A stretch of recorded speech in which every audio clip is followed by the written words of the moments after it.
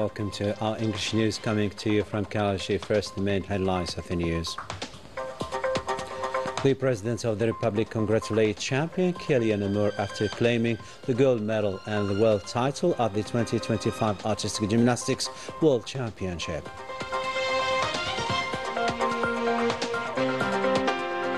Kylian Mbappé shines once again at the world level and offers Algeria gold medal in the uneven bars event, a discipline dominated by giant nations. And our economy window is devoted to Kudit-Drosh seawater desalination plant, a major achievement consolidating Algeria's water security.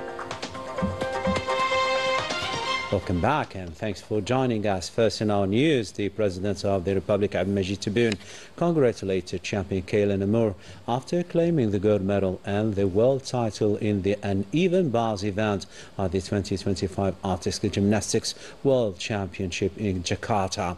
To this effect, he wrote on his social media account, "Huge congratulations to Algeria's pride, Kylian Mbappé, who shown once again you have honored Algeria with such excellence that you very much, thank you very much, Kylian," concluded the President of the Republic.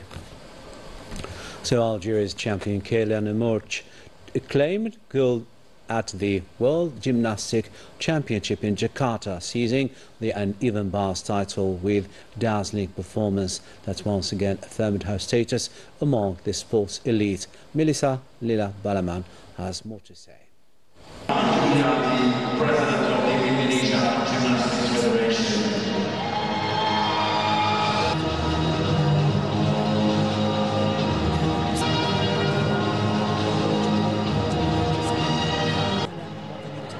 Ladies and gentlemen, rise for the national anthem of Algeria.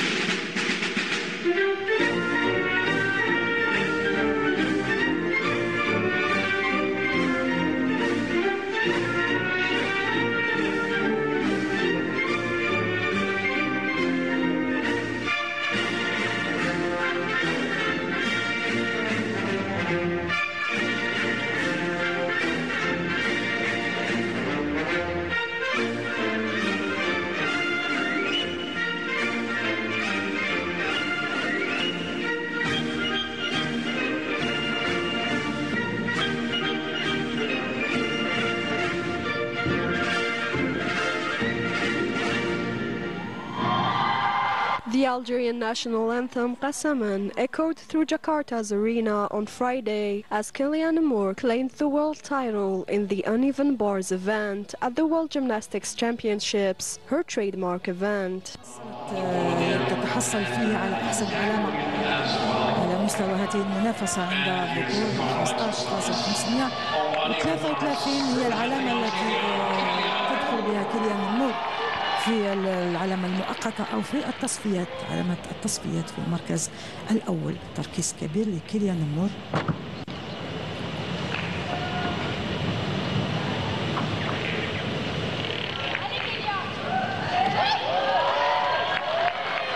سرعة التنقل من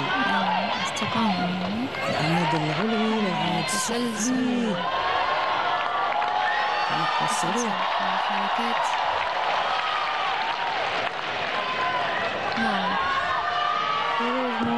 خروج موفق.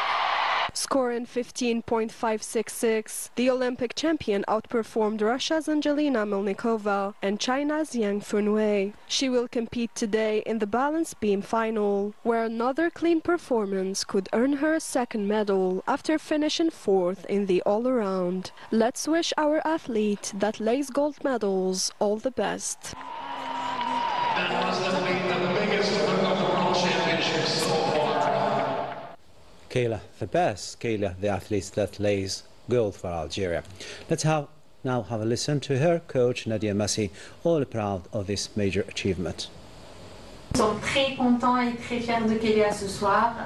We are very happy and proud of Kelia tonight. She's a world champion writing history today. After yesterday's deception, we are proud of her resilience and courage. She was able to rebound from yesterday's event and display an excellent performance with great determination. I hope everything goes well for her, and once again, I'm proud of her. Once again, congratulations to Kayla Moore. Sports always believes they progress to the group stage of the CAF Confederation Cup after defeating in the second leg here in Algiers the Guinea side of Hafia FC with 2-0 as part of the second qualifying round. Let's follow the highlights of the game. مباريات تكون فيها المأمورية ليست بالسهلة، وهكذا ينطلق وهكذا يبحث وهكذا يسدد. مزيانة رائعة عادت بالمقصية.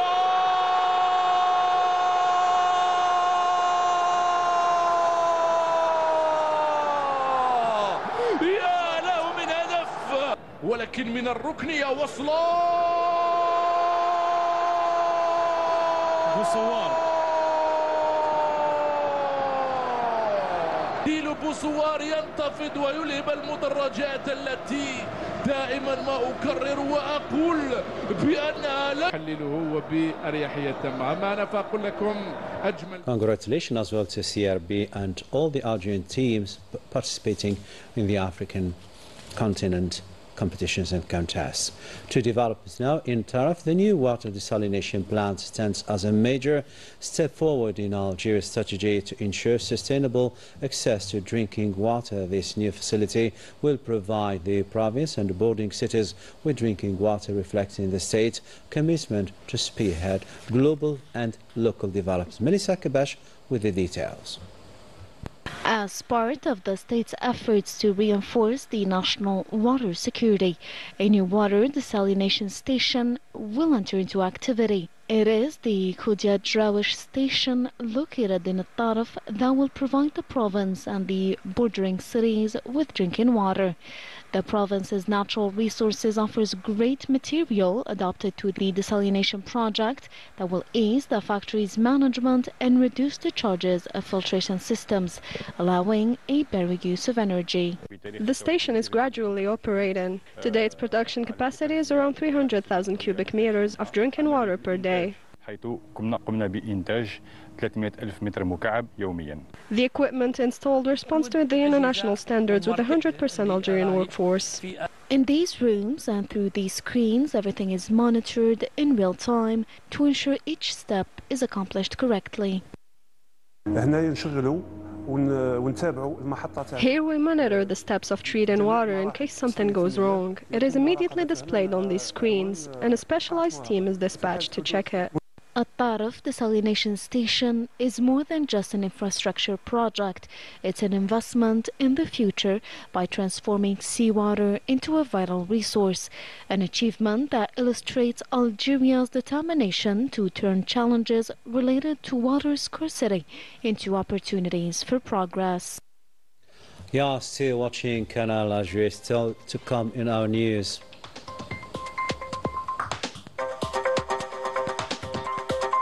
The Safir Kasbah Mosque, an architectural masterpiece going back to the Ottoman era, reopens its doors after 3 years of refurbishment.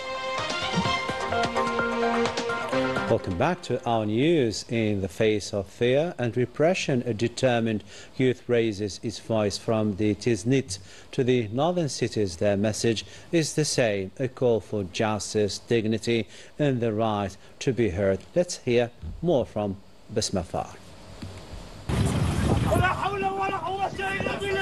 These are not mere waves of protest. They reflect the anguish of a youth expressing, with gravity and determination, its growing sense of despair. From major cities to the remotest villages, arrests are on the rise. A generation that only seeks a dignified life finds itself behind bars.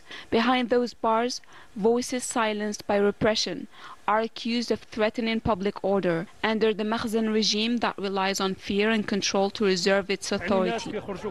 The people take to the streets today to claim their most fundamental rights, while the Makhzen continues its repression and arbitrary arrests.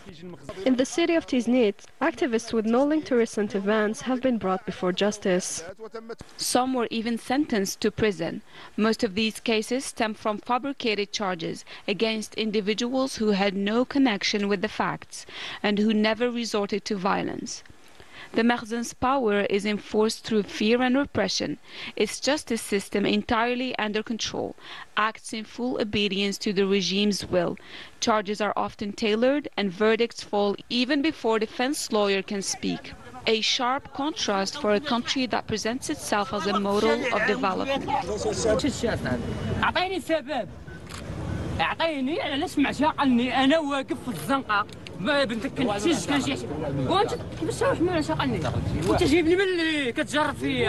Social fractures are widening.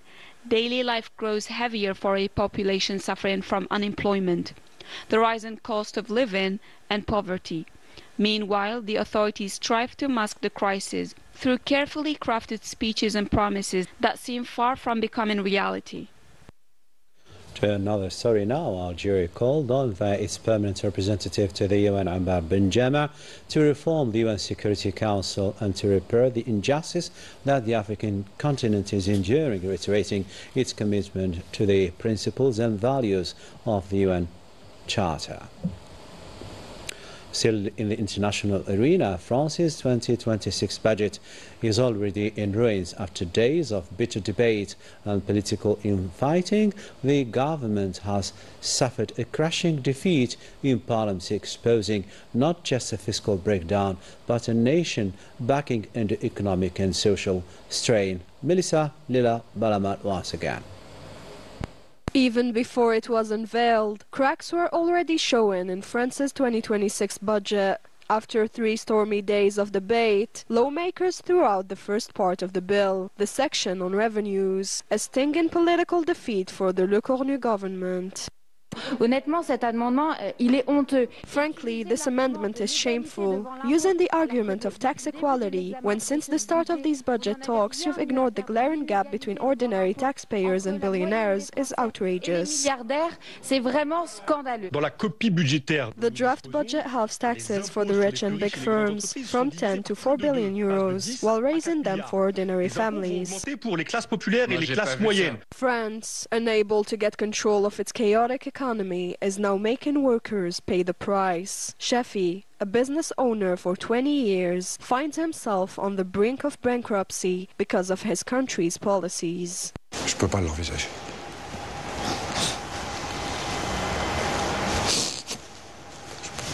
A lifetime of work reduced to a stack of debts, and a 1-year deadline set by the commercial court, a year that could mark the end of his professional career.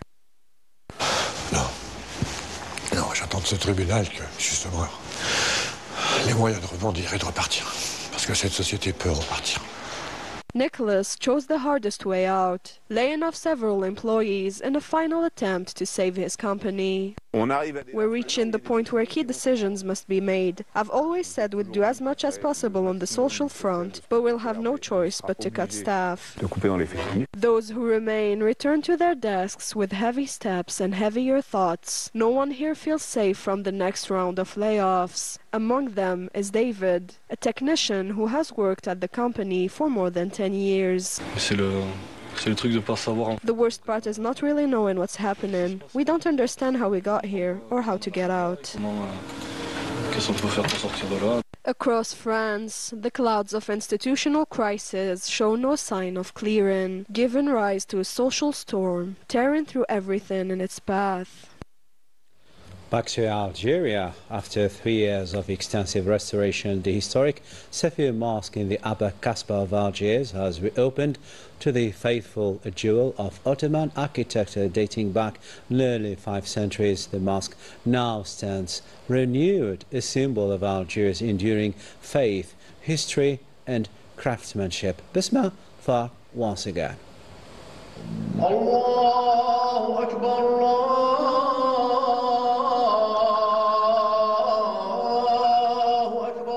perched high above the Upper Kasbah. The Safir Mosque has stood with pride for almost 500 years. Its refined design, combining a graceful dome and a finely carved minaret, once again welcomes the faithful and students of the Holy Quran. The mosque was built in 1534 by Safar ibn Abdullah, an Italian who converted to Islam under Khairuddin Barbarossa. He was the one who named it. This is our mosque, the mosque of the neighborhood where we grew up. Men and women have learned the Quran here, and today it remains a place for prayer for all. Safir Mosque has become a testament to Algerian craftsmanship and the commitment to preserve heritage. The work lasted 3 years, focusing on reinforcing the structure while protesting its authenticity. Experts used traditional materials and methods, repairing cracks, restoring plaster and wood, and maintaining the original architectural spirit. Today, the mosque stands as a national model for heritage conservation and restoration excellence. The restoration has brought back the mosque's full brilliance. We made sure to keep its soul and its architectural identity.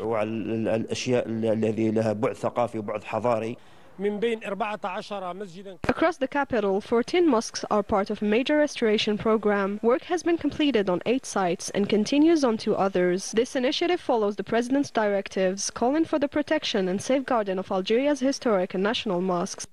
Under the restored dome, a crystal chandelier now shimmers above the Quranic verses written in fine calligraphy. The sculptured mihrab and cedar wood minbar or pulpit reflect the elegance of Andalusian art and the depth of spiritual devotion. More than a monument, the Safir Mosque remains a living memory, a witness to the history, the faith, and the resilience of the Algerian people.